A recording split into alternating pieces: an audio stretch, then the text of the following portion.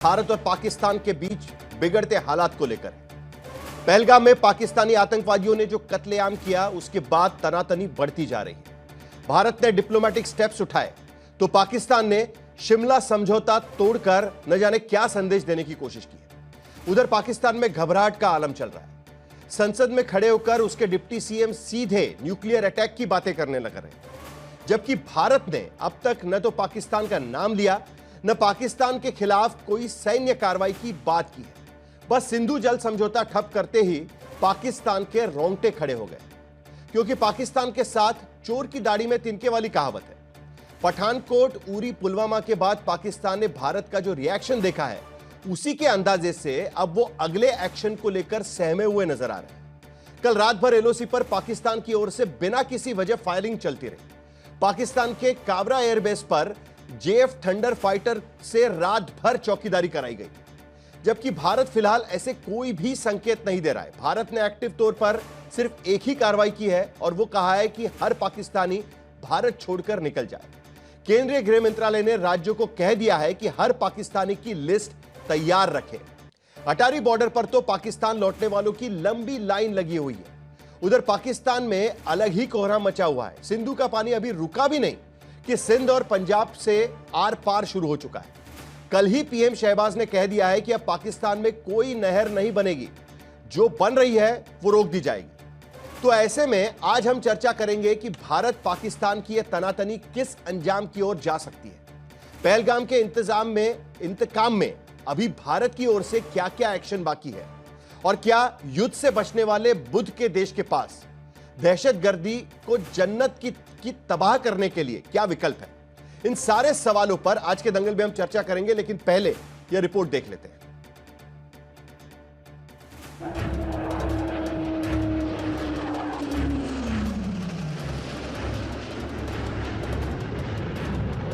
रहा है क्योंकि पहलगाम के आक्रोश में हिंदुस्तान धधक रहा है।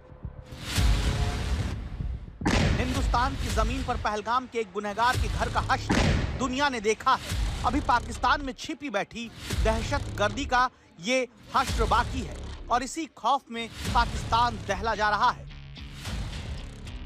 पाकिस्तान में किसी का पेट भी खराब हो रहा है तो उसे डर भारत का है। पाकिस्तान की दहशत का आलम यह कि कामरा एयरबेस में जेएफ थंडर विमान रात भर उड़ान भरते रहे। एलओसी पर पाकिस्तानी चौकियां रात भर आग उगलती रही। भारतीय सेना ने इसका मुंहतोड़ जवाब दिया। भारत ने अब तक हाथ पांव भी नहीं हिलाए। पाकिस्तान को न्यूक्लियर अटैक का डर आ चुका है और इनके माजी की कहानी तो यह है कि पाकिस्तान 1947 में लड़ा, पीओके का वो हिस्सा भारत के कब्जे में था। 1965 में लड़ा, 17 दिन के अंदर पाकिस्तान पावों में था। 1971 में लड़ा, पूर्वी पाकिस्तान से हाथ धो बैठा। 94,000 पाकिस्तानी फौजी हाथ बांधे सरेंडर कर गए और 1999 में पाकिस्तान लड़ा तो करगिल से मुंह की खाकर लौटा।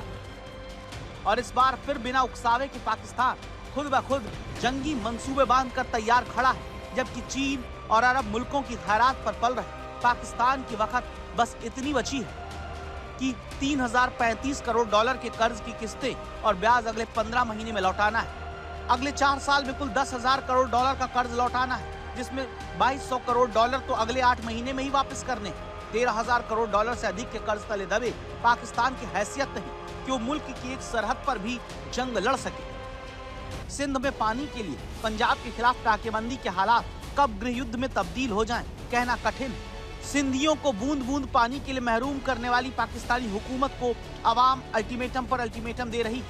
डर के मारे वजीर पाकिस्तान ने नहरों को बनाना रोक दिया है। सिंध तो सिंध, बलूचों और पख्तूनों ने पश्चिमी और उत्तरी सरहद पर पाकिस्तानी फौज के भूसे भर दिए। रही सही हिम्मत जो पाकिस्तानी पंजाब से मिलती थी, वहाँ क्या हालात है वो भी सुनिए। बाकी पाकिस्तान जिस तरह इस्लामिक दहशतगर्दी की सरकारी नीति पर चलते हुए कंगाली के दलदल में धंस चुका है, ऐसे में भारत की एक कार्रवाई भर से पाकिस्तान 4 टुकड़ों में बिखर सकता है। क्योंकि पाकिस्तान के अंदरूनी हालात ऐसे हैं कि उत्तर में पख्तून बंदूक उठाए हैं, पश्चिम में बलूचों को आजादी का इंतजार है, बीच में सिंधु देश बनाने की मांग है। बचा खुचा पंजाब लेकर पाकिस्तान अपनी किस्मत को रोएगा। फिलहाल पाकिस्तान घबराया हुआ है। एलओसी से लेकर लाहौर तक युद्ध स्तर की तैयारियां की गई। सर्जिकल स्ट्राइक से लेकर एयर स्ट्राइक तक के मुकाबले तैयारी का दावा है, क्योंकि हिंदुस्तान ने प्रण किया है पाताल में भी नहीं बचेगी दहशतगर्दों की जान। आज तक ब्यूरो। जैसे कि मैं सो रहा हूँ तो पिताजी को जगाना है मुझे, तो वो डायरेक्ट उठाने के बजाय, और हिंसा की परंपरा मेरे यहाँ नहीं थी सौभाग्य से, तो वो क्या करते थे कि उस कमरे में आ जाएंगे या बाहर से गुजरेंगे और चौपाई बोलेंगे, प्रात काल उठ के रघुनाथा मात पिता गुरु नावई माता। कभी कभी मैं गुस्से में उठ करके अरे पापा, चरण स्पर्श किया और सो गया। मैंने कहा अब मत उठाना।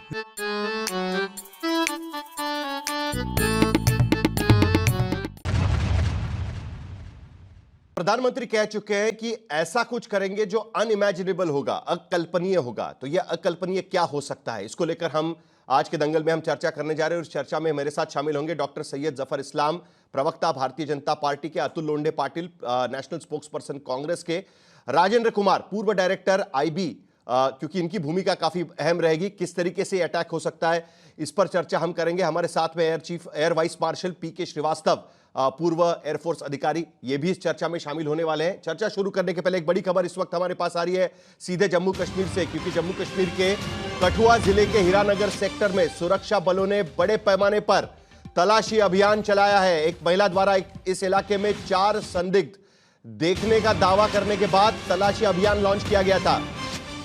जम्मू कश्मीर पुलिस का विशेष अभियान इस वक्त मौके पर यहां पर चल रहा है। एक बार फिर आपको खबर बता दें, हीरानगर सेक्टर में सुरक्षा बलों ने बड़े पैमाने पर तलाशी अभियान शुरू किया। हमारे साथ में सुनील जी भट्ट इस वक्त जम्मू से जुड़ चुके हैं। जम्मू सेक्टर पहले भी घुसपैठ वहां पर काफी होती थी, अब इस हमले के बाद 4 संदिग्धों को देखने का दावा किया गया। किस तरीके से तलाशी अभियान चल रहा है, जल्दी से सुनील जी भट्ट।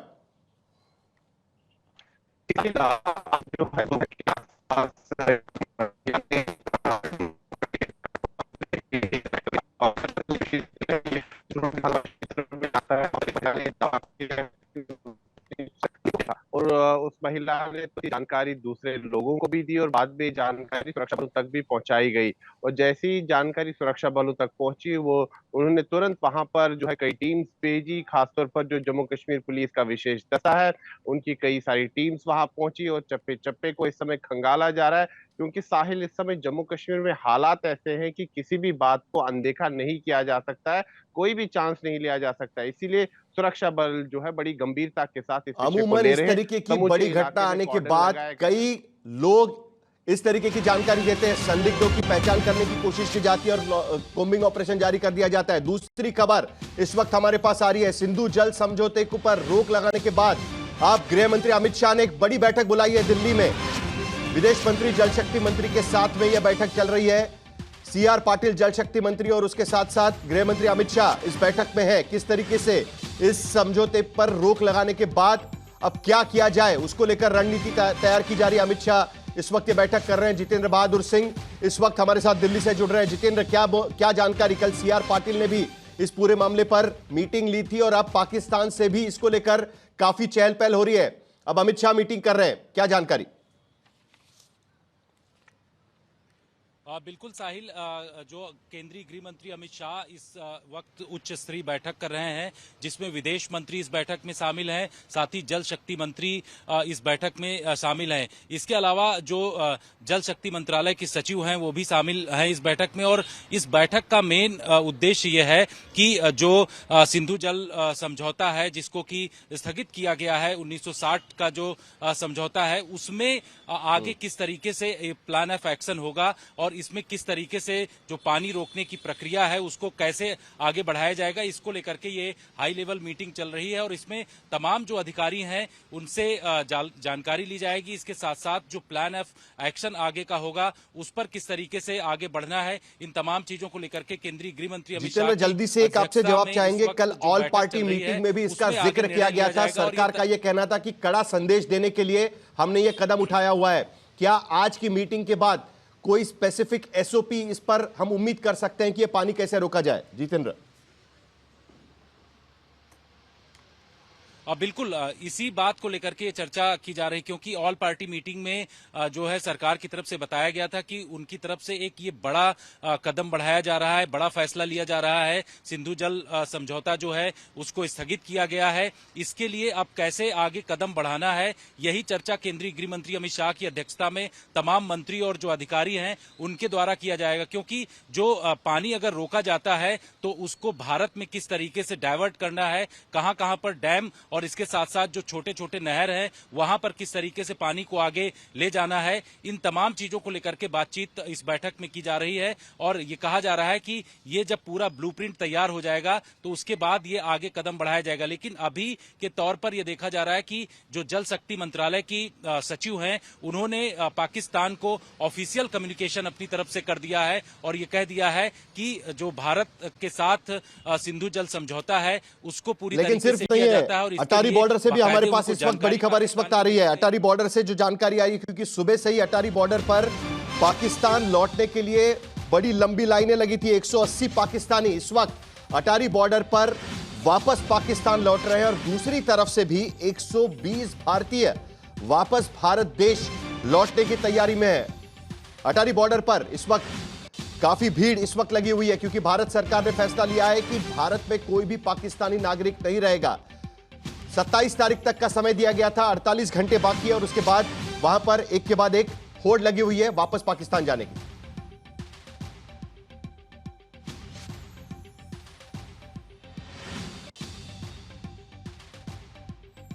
असीम बसी इस वक्त हमारे साथ जुड़ चुके हैं। असीम, अटारी बॉर्डर पर बड़ी संख्या में पाकिस्तानी नागरिक वापस लौटने की होड़ में है और दूसरी तरफ पहलगाम के आसपास कोम्बिंग ऑपरेशन भी आज की अभी की स्थिति में चल रहा है।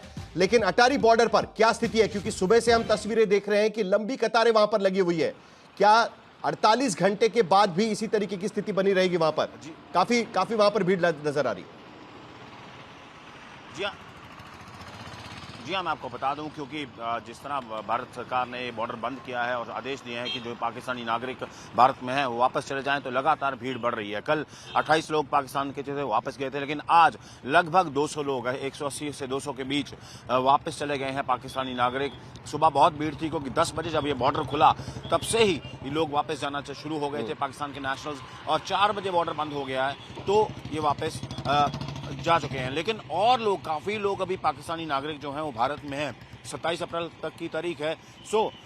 और भी लोग मुझे लगता है कल और परसों में वापस जाएंगे और उधर जो भारतीय गए हुए थे वो भी वापस आ रहे हैं। अटारी बॉर्डर पर स्थिति ये आपको मैं एक बार तस्वीर कल सुबह से एक बार फिर हम उम्मीद करें कि अटारी बॉर्डर पर सुरक्षा जो इसी तरीके से भीड़ वहां पर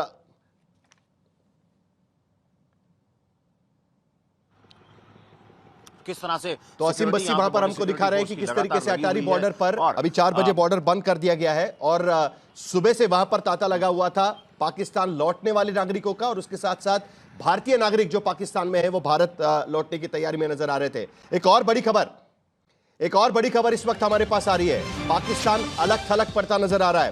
भारत में प्रधानमंत्री को अलग अलग देशों के प्रधानमंत्री फोन तो कर ही रहे हैं, लेकिन उसके साथ साथ रूस ने अपने नागरिकों को सलाह दिया है, आगाह किया है कि पाकिस्तान ना जाए, अभी पाकिस्तान जाने से बचिए। रूस के तरफ से यह एडवाइजरी निकाली गई है और कहा गया है कि पाकिस्तान जाने से बचना चाहिए। रूसी नागरिकों को कहा गया है कि पाकिस्तान में पर्यटन के लिए ना जाए। भारत पाकिस्तान के बीच जो तनाव बढ़ रहा है उसको देखते हुए रूस के नागरिकों को यह सलाह रूस की सरकार की तरफ से दी गई है। तो अब सबसे बड़ा सवाल आज की स्थिति में अब आगे क्या होगा, क्योंकि प्रधानमंत्री कल स्पेसिफिकली कह चुके हैं कि भारत की तरफ से करारा जवाब दिया जाएगा। पाकिस्तान में जो आतंकी जमीन है उसे ध्वस्त किया जाएगा और उसके साथ साथ अनइमेजिनेबल, अकल्पनीय इस तरीके से जवाब दिया जाएगा। तो 3 सवाल हम हमारे मेहमानों के सामने रखेंगे और उस पर चर्चा शुरू करेंगे। पहला सवाल, क्या भारत को पाकिस्तान को सबक सिखाने के लिए क्या करना होगा आज की स्थिति में? पाकिस्तान से आतंकवाद को मिलने वाली मदद कैसे खत्म होगी, उस पर परमानेंट सॉल्यूशन क्या होगा? और तीसरा सवाल, आज की स्थिति में भारत के पास क्या विकल्प बचे हैं, क्योंकि इससे पहले सर्जिकल स्ट्राइक भारत कर चुका है, इसके बाद एयर स्ट्राइक भारत की तरफ से किए जा चुके हैं और अब डिप्लोमेटिक स्ट्राइक भी किया जा चुका है। अब भारत के पास क्या विकल्प बचे हैं? शुरुआत करेंगे हमारे साथ में डॉक्टर सैयद जफर इस्लाम इस वक्त भारतीय जनता पार्टी के प्रवक्ता जुड़ चुके हैं। अतुल लोंढे पाटिल कांग्रेस के तरफ से भी अपनी भूमिका रखेंगे और उसके साथ साथ कुछ विशेषज्ञ भी इस चर्चा में शामिल हो रहे हैं। लेकिन उससे पहले डॉक्टर सैयद जफर इस्लाम, कल ऑल पार्टी मीटिंग हुई, सरकार ने एक इस तरीके से रवैया रखा, विपक्षी पार्टियों के सामने साफ शब्दों में कहा कि हाँ, उनसे इंटेलिजेंस गैदरिंग में कहीं ना कहीं चूक हुई है। लेकिन इसके आगे विपक्षी पार्टियों ने भी सरकार को वादा किया है कि जो भी कदम उठाया जाएगा सरकार की तरफ से, विपक्षी पार्टियां उनके साथ में रहेगी, पूरा देश उनके साथ में है। आज की स्थिति में 3 विकल्प हमने सामने रखे थे, सरकार किस तरीके से कदम उठा सकती है, क्या ऑप्शन भारत के सामने नजर आ रहे हैं? देखिए साहिल जी, जैसा आप कल की मीटिंग के बारे में कह रहे थे, मैं धन्यवाद देना चाहता हूं उन पॉलिटिकल पार्टी से जो अपोजिशन में है कि देश के खातिर वो सब एक साथ खड़े रहे और यूनिटी जो है वो स्ट्रेंथ होती है और उस यूनिटी को दिखाया। तो वो एक रिस्पॉन्सिबल अपोजिशन पार्टीज का बिहेवियर था, उसके लिए बधाई के पात्र है। अब बात मैं करता हूं, देखिए जिस तरह का जघन्य अपराध किया है पाकिस्तान ने, उसने सिर्फ देश को चैलेंज नहीं, 140 करोड़ भारतवासियों को जो कहीं ना कहीं जो है वर्गलाया है। 140 करोड़ भारतवासियों को उसने कहीं ना कहीं चैलेंज किया है। और जिस तरह से आदरणीय प्रधानमंत्री जी ने पहले डिप्लोमेटिक वार किया, आपने देखा, चाहे जो करीबी इस्लामिक देश थे जैसे सऊदी अरब, जैसे कुवैत, जैसे यूएई, उसने उसका साथ छोड़ दिया पाकिस्तान का, और भारत के साथ इस तरह के जघन्य अपराध के खिलाफ खड़ा रहा और टेररिज्म के खिलाफ भारत की जो मुहिम है उसके साथ खड़ा रहा। दूसरी तरफ हमने इकोनॉमिक वार किया, और वो इकोनॉमिक वार में आप देखिए जैसे सिंधु जल का जो है उसको हमने कैंसिल किया और अबेंस में डाला, और उसकी तरह के और भी कई जो मेजर्स लिए, 5 मेजर्स, उससे सीधे सीधे इकोनॉमिकली वीक पाकिस्तान होगा। और अब जो आदरणीय प्रधानमंत्री जी ने कहा है, बस उसी का इंतजार है। किसी वक्त किसी समय भी पाकिस्तान को तोड़ना और उसको नस्त नाबूद करने का जो इरादा हमारा है, उसको अंजाम देने का काम कुछ कहीं किसी वक्त किसी पल भी हो सकता है। और पाकिस्तान, आप देखिएगा इस बार पाकिस्तान को जो सबक हम सिखाएंगे, पाकिस्तान दोबारा इस हरकत को करने पर कभी नहीं सोच पाएगा। इसलिए कि पाकिस्तान कहीं ना कहीं अपने आप को टूटा फूटा और कई टुकड़ों में दिखते हुए देख रहा है। और भारत इस बार इस मौके को नहीं छोड़ सकता, इसलिए कि पाकिस्तान ने जिस तरह का अपराध किया है और एक निहत्थे भारत के पर्यटकों ऊपर जिस तरह से गोलियों को बौछार किया है, हम उन्हें बख्शेंगे नहीं। और इसलिए आदरणीय पूरे देश को इंतजार है स्पीच मिली और कि जो प्रधानमंत्री ने कहा है वो रियलिटी में किस तरीके से एक्शन होगा, इसको लेकर पूरे देश को इंतजार है। अतुल लोंढे पाटिल, विपक्ष ने वादा किया है सरकार को कि उनके साथ में हम खड़े हैं, देश के साथ में खड़े हैं, जिन पर अटैक हुआ उनके साथ में खड़े हैं। क्या उम्मीद सरकार से, विपक्ष की, उनके खिलाफ? अतुल लोंढे पाटिल। सैयद भाई रुक जाए तो फिर मैं बात करूं। सैयद जफर रुक जाए तो मैं बात करूं। बोलिए बोलिए, आपकी आवाज सुन रहे हैं, बोलिए। सीधा प्रश्न है, अभी ये कोई बीजेपी और कांग्रेस की कोई बात नहीं है। अभी भारत है, अभी भारत है और हम सब भारतीय है। और इस संकट की घड़ी में जो राष्ट्र पे संकट आया है उसमें हम सब भारतीय करके एक साथ में खड़े हैं। ये 2 टूक जो है पूरे अंतर्राष्ट्रीय समुदाय को मैसेज कल की जो सर्वदलीय बैठक थी उसमें से गया है, उसमें कोई दौरा नहीं है। लेकिन अभी निर्णायक भूमिका जो है वो सरकार को लेनी है। सरकार जो भी भूमिका लेगी, सरकार जो भी कड़ा स्टैंड लेगी, उसमें कांग्रेस पूरी ताकत से सरकार के साथ खड़ा ही है। आज तक इस तरह से निहत्थे पर्यटकों पर हमला करना, ये अगर पाकिस्तान को लगता है या जो भी टेररिस्ट लोग हैं जिनके पीछे उनके आका खड़े हैं, उन्हें ऐसा लगता है कि इससे भारत को डरा देंगे, तो भारत एक रिस्पॉन्सिबल स्टेट है, पावरफुल स्टेट है, और अपनी रक्षा करना, सुरक्षा करना और प्रतिवार करना भारत जानता है और भारत ने कई बार ये करके दिखाया है। आर्थिक दृष्टि से पाकिस्तान टूटा हुआ है, आज उसे ये सबक सिखाना जरूरी है कि ऐसी बार बार जो हिमाकत हुई है, संसद पे हुई है, अक्षरधाम पे हुई है, पहलगाम में हुई है, पुलवामा में हुई है, उरी में हुई है, जगह जगह अलग अलग टाइम पर उन्होंने जो किया है, मुंबई पे हुआ है।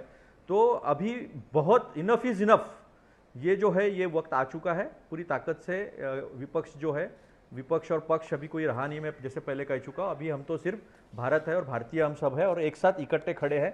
और पूरे सबसे प्रशंसा की बात ये होगी कि आज मजहब भूलकर पूरा देश जो है वो इकट्ठा खड़ा है, सब कह रहा है।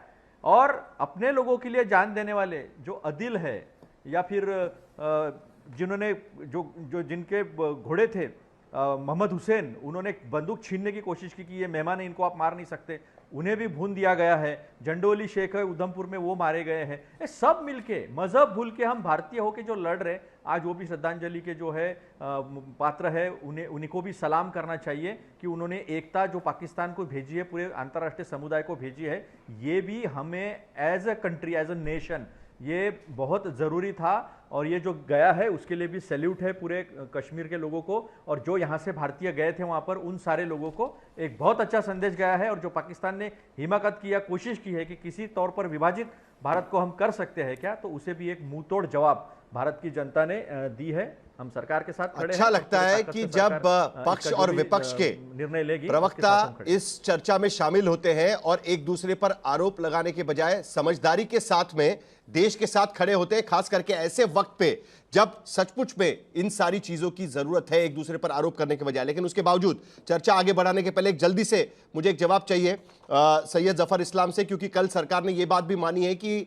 इंटेलिजेंस गैदरिंग में कहीं ना कहीं चूक हुई है, उसके सुधार को लेकर भी सरकार की तरफ से कोशिश की जाएगी। क्या यह मानकर हम चले? और दूसरी बात, देश में माहौल ना बिगड़े इसके लिए भी सरकार ने साफ वादा किया हुआ है कि ऐसे लोगों पर भी कार्रवाई होगी और माहौल नहीं बिगड़ने दिया जाएगा, तो इसकी भी खबरदारी ली जाएगी। जल्दी से सैयद जफर इस्लाम, उसके बाद क्योंकि मुझे अलग अलग सिनेरियोज दिखाने हैं, विकल्प दिखाने हैं भारत के सामने क्या है, और उसके बाद राजेंद्र कुमार और पीके श्रीवास्तव हमारे साथ जुड़े हुए, उनके साथ बात भी मुझे जाना है। सैयद जफर इस्लाम। देखिए पूरा देश एकजुट खड़ा है, एक साथ खड़ा है। ओवैसी साहब जैसे लोग भी जो इस तरह की बेबुनियादी बात करते हैं, वो भी आज काला पट्टी बांधे हुए दिखे और पाकिस्तान की मजम्मत करते हुए दिखे। इससे समझ में आता है कि पूरा देश एकजुट इस चीज के लिए बिल्कुल सरकार के पीछे खड़ा है कि जवाब देना है, मुंहतोड़ जवाब देना और डिसाइसिव एक्शन लेना है। लेकिन इससे देश के अंदर में कोई अंदरूनी मामला बिल्कुल खराब नहीं हो सकता, चाहे वो किसी मजहब का हो, किसी समुदाय का, किसी में आस्था रखता हो, उसके लिए देश सबसे ज्यादा सर्वोपरि है। और देश के को किसी ने आंच आने की कोशिश की है, इसलिए उनके आंखों को निकाल देना और उनको टुकड़े टुकड़े कर देना, ये हमारा कर्तव्य है। और वही कर्तव्य निभाने के लिए पूरी देश की जनता खड़ी है सरकार के सामने। जहां तक सवाल है, आपने कहा कि सिक्योरिटी लैब्स की बात है, आगे देखिए कुछ ये तो इंट्रोस्पेक्शन, ये बाद में ये बात इन्वेस्टिगेशन की बात है।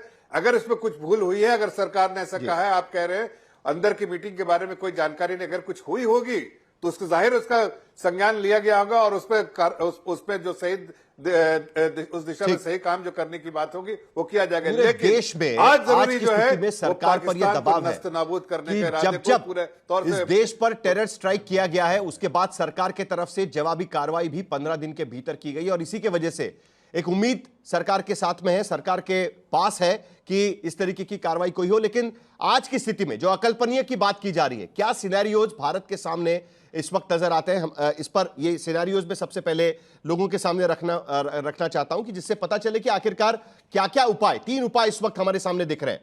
क्योंकि अब तक हमने सर्जिकल स्ट्राइक कर लिया, पाकिस्तान की धरती में घुसकर वहां पर जो टेरर का तैयारी की जा रही थी, उनको लॉन्चिंग किया जा रहा था, उनको ट्रेनिंग दिया जा रहा था, उसको ध्वस्त किया, उसके बाद एयर स्ट्राइक कर दिया। पहला उपाय, क्या अब मिसाइल स्ट्राइक की घड़ी आ चुकी है, जिसके वजह से आतंकी लॉन्च पैड जो है, जानकारी हमारे पास है कि 28 लॉन्च पैड्स इस तरीके से आइडेंटिफाई किए जा चुके हैं। और ट्रेनिंग कैंप जो है सर्वेलेंस के अंदर कम से कम 14 टेरर कैंप्स इस तरीके से सर्वेलेंस के अंदर है। और खास करके बुरीद के और बहावलपुर, मुजफ्फराबाद, रावलकोट, यहां पर हथियारों की जो ट्रेनिंग दी जाती है, वहां पर सीधे मिसाइल स्ट्राइक की जाए। हमारे पास ब्रह्मोस मिसाइल है जिसका रेंज 400 किलोमीटर का रेंज है, पृथ्वी 3 जिसका रेंज 350 किलोमीटर का रेंज है, और उसके साथ साथ राफेल पर स्कैल्प की जो रेंज है वो 300 किलोमीटर की रेंज। ये एक पहला विकल्प इस वक्त हमारे सामने हो सकता है।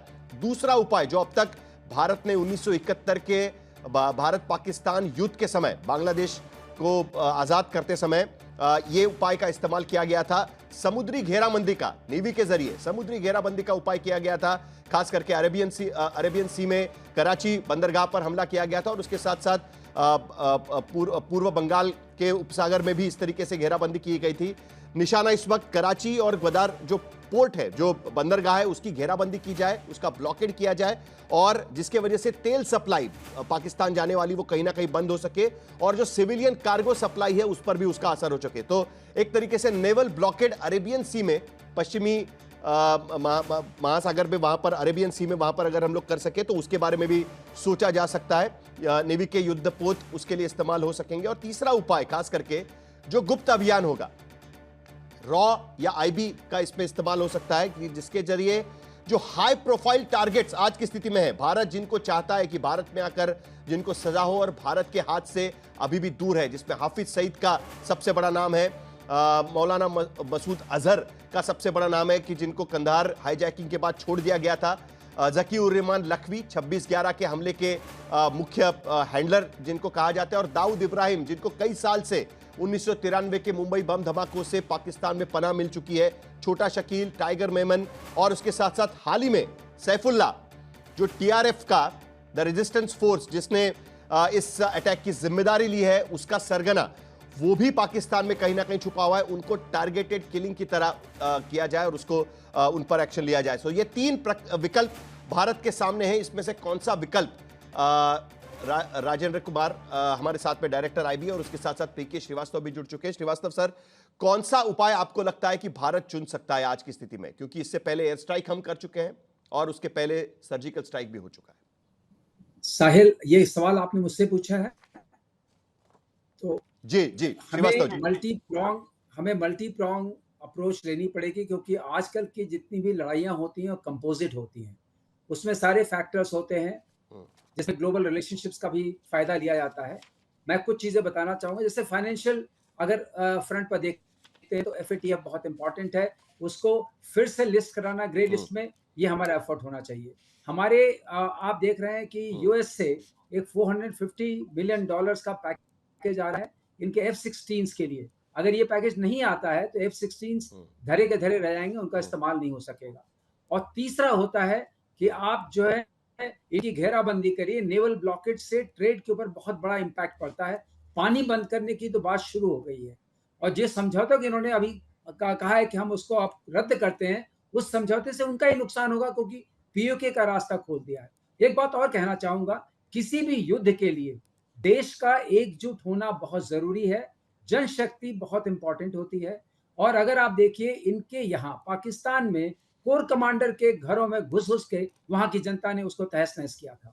और इस तरफ देखिए, हमारे यहाँ जो है कि सारी political parties despite all diversity they are together and they are saying जो भी गवर्नमेंट एक्शन लेगी हम उसके साथ होंगे। ये 1971 वाला मोमेंट है जब सब लोग इंदिरा गांधी के साथ थे और आपने रिजल्ट देख लिया था।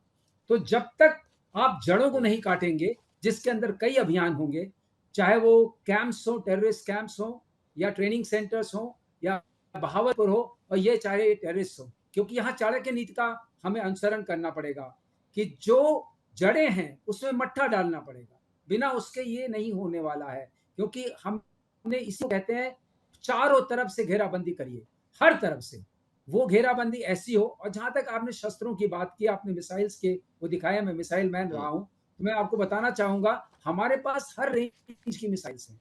तो पहला हमारा जो काम होगा, जो पॉलिटिकल विल की सबसे ज्यादा जरूरत पड़ती है, अगर हमने आइडेंटिफाइड टारगेट्स दे दिए and politically we are given go head, green lighting has been done, आप देखेंगे कि आपकी सेना जो है, चाहे वायु सेना हो, थल सेना हो, नभ सेना हो, या स्ट्रेटेजिक फोर्सेस कमांड हो, जहां पर हमारी ये स्ट्रेटेजिक मिसाइल्स होती हैं, कोई भी पीछे नहीं रहेगा। और एक सवाल और उठता है जनता के मन में, क्या हमारी फौजें तैयार हैं? तो मैं कहना चाहूंगा, क्योंकि मैं फौजी रहा हूं, जहां तक तैयारी का सवाल है, वो तो हम हमेशा ही तैयार रहते हैं, क्योंकि अगर आप ऐसे ऐसे दुश्मनों से घिरे हुए हैं तो तैयारी करना और तैयार रहना ये आपकी जरूरत है। और जहां तक काइनेटिक रिस्पॉन्स का सवाल है साहिल जी, हमने डिप्लोमेटिक रिस्पॉन्स दिया है, ऑलरेडी दे चुके हैं। काइनेटिक रिस्पॉन्स देना हमारी जिम्मेदारी भी है, और there is no alternative for that. तीनों फैक्टर भी।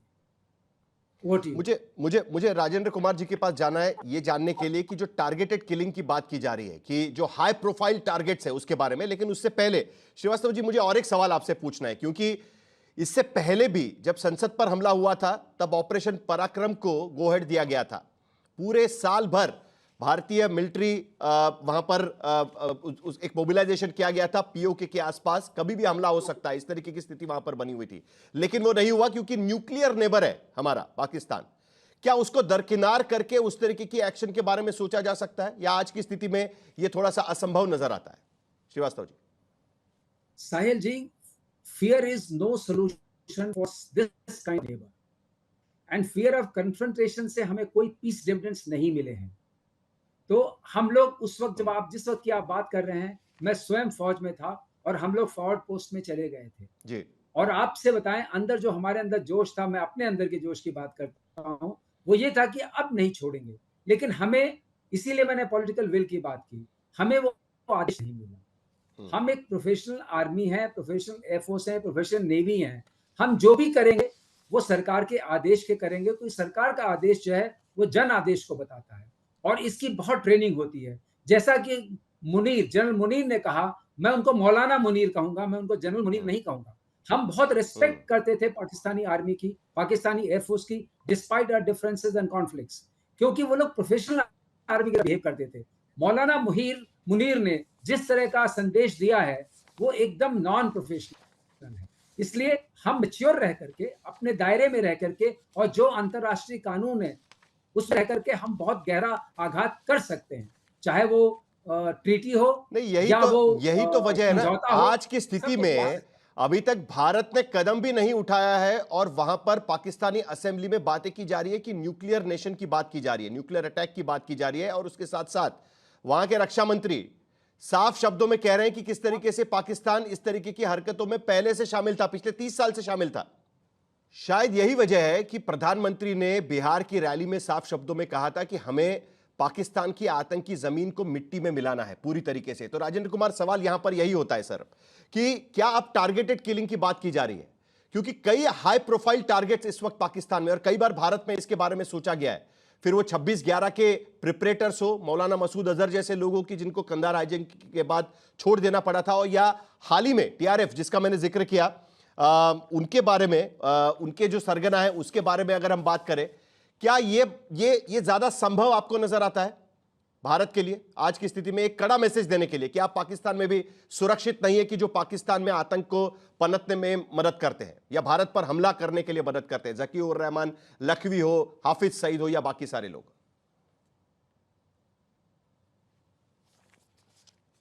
देखिए, ऐसा है कि जो हमारा एक्शन होगा वो डिफरेंट लेवल पे डिफरेंट काइंड का होगा, हर अलग अलग तरीके से होगा। एक एक्शन तो हमारा ये है कि हम जो लोकल काडर था जिसने इसमें पार्टिसिपेट किया, जो मोहरे थे, उनको ढूंढ निकाले और उनको जो भी करना है करें।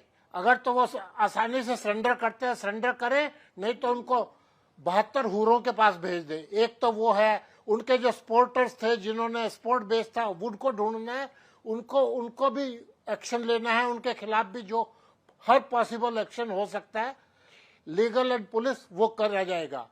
एक तो ये एक्शन है। इसके बाद दूसरा एक्शन जो है, बाकी के जो एक्शन है वो थोड़े डिफरेंट किस्म के एक्शन है। सबसे पहले तो मैं एक चीज आपको क्लियर कर दूं, क्योंकि बहुत सारे श्रोता ने बहुत कुछ बोला है, मेरी इतनी समझ नहीं है, मगर मैं ये कहूंगा कि हिंदुस्तान ने कहीं नहीं कहा है कि हम पाकिस्तान के साथ युद्ध करेंगे। हमने सिर्फ, प्रधानमंत्री ने कहा है कि हम पनिश करेंगे जो परपेट्रेटर्स हैं इस घिनौने काम के, उनको पनिश करेंगे। जो उनके बैकर्स हैं, चाहे कोई भी हो, किसी भी लेवल के, उनको पनिश करेंगे। तो ये एक बहुत बड़ा मैसेज है, और इस मैसेज में कोवर्ट में एक्शन भी होगा, ओवर्ट एक्शन भी होगा। और एक चीज मैं बताऊं आपको, ज्यादातर आप मीडिया वालों को और जो नेता लोग होते हैं, खास करके जो नेता पावर से बाहर होते हैं, उनको बड़ा होता है कि 2 दिन हो गए, 4 दिन हो गए, अभी एक्शन नहीं हुआ। ये एक्शन इतना इफेक्टिव होगा और ये एक्शन लेगा कम से कम 2.5 से 3 महीने लेगा।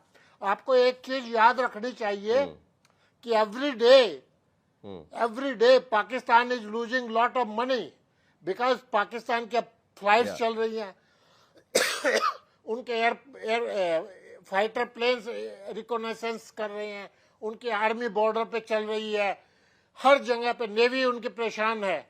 तो हर तरीके से उनको परेशान किया जाएगा, उनको पिन प्रिक किया जाएगा, ताकि वो भिखारी मुल्क है, वो भिखारी है और उनका मायदा नहीं है कि वो बहुत दिन तक इसको टॉलरेट करेंगे। तो हमें डिफरेंट इसी बात पर आपने जो बात कही है राजेंद्र कुमार जी, आज की स्थिति में क्या पाकिस्तान इस स्थिति में है? क्योंकि पाकिस्तान असेंबली में जवाब की बात की जा रही है कि हम भी जवाब देंगे, यह भी बात की जा रही है कि अगर आपने सिंधु नदी का पानी रोक लिया है तो यह एक्ट ऑफ वॉर हो गया है, इस तरीके की बात की जा रही है। तो युद्ध की बात वहां से भी की जा रही है, लेकिन क्या सचमुच में पाकिस्तान उसके लिए तैयार है? पाकिस्तान की आर्थिक स्थिति आज की स्थिति में क्या कहती है, जरा स्क्रीन पर हम आपको दिखाना चाहेंगे। देखिए आज की स्थिति में पाकिस्तान पर 3035 करोड़ डॉलर का कर्जा है जो 15 महीने में उन्हें लौटाना है। 10,000 करोड़ डॉलर कर्जा 4 साल में उनको लौटाना है। आज की स्थिति में इस साल 2200 करोड़ डॉलर कर्ज लौटाना जरूरी है पाकिस्तान के लिए। तो अगर युद्ध होगा तो पाकिस्तान के लिए कितनी दिक्कतें हो सकती है, यह सबसे बड़ी बात यहां पर नजर आती है। पाकिस्तान पर कुल 13,085 करोड़ डॉलर का कर्जा आज की स्थिति में है और जीडीपी के मुकाबले कर्ज का अनुपात अगर हम देखें तो 65.7%।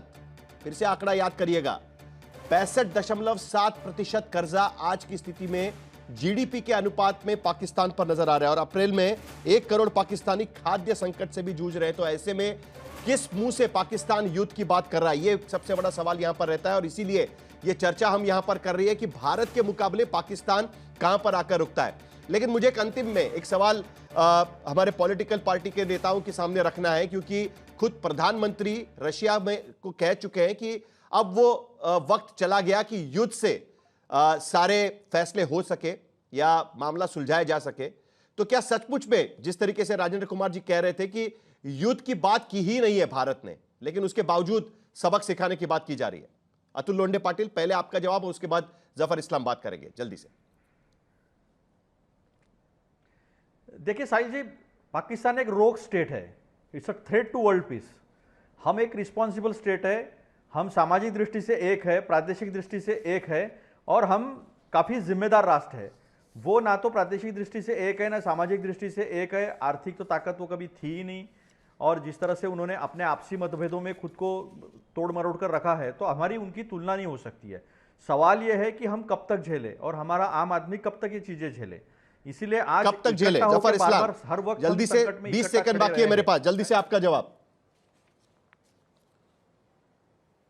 देखिए साहिल जी, सबसे इंपॉर्टेंट बात यह है कि अब तक जो हमने सर्जिकल स्ट्राइक किया या एयर स्ट्राइक किया वो हमने आतंकी के ठिकानों पे किया, आतंकियों के ठिकाने पे किया। इस बार मैं आपको वाजे कर तौर पे कह रहा हूं साफ लफ्जों में, ये पाकिस्तान पे वार होगा।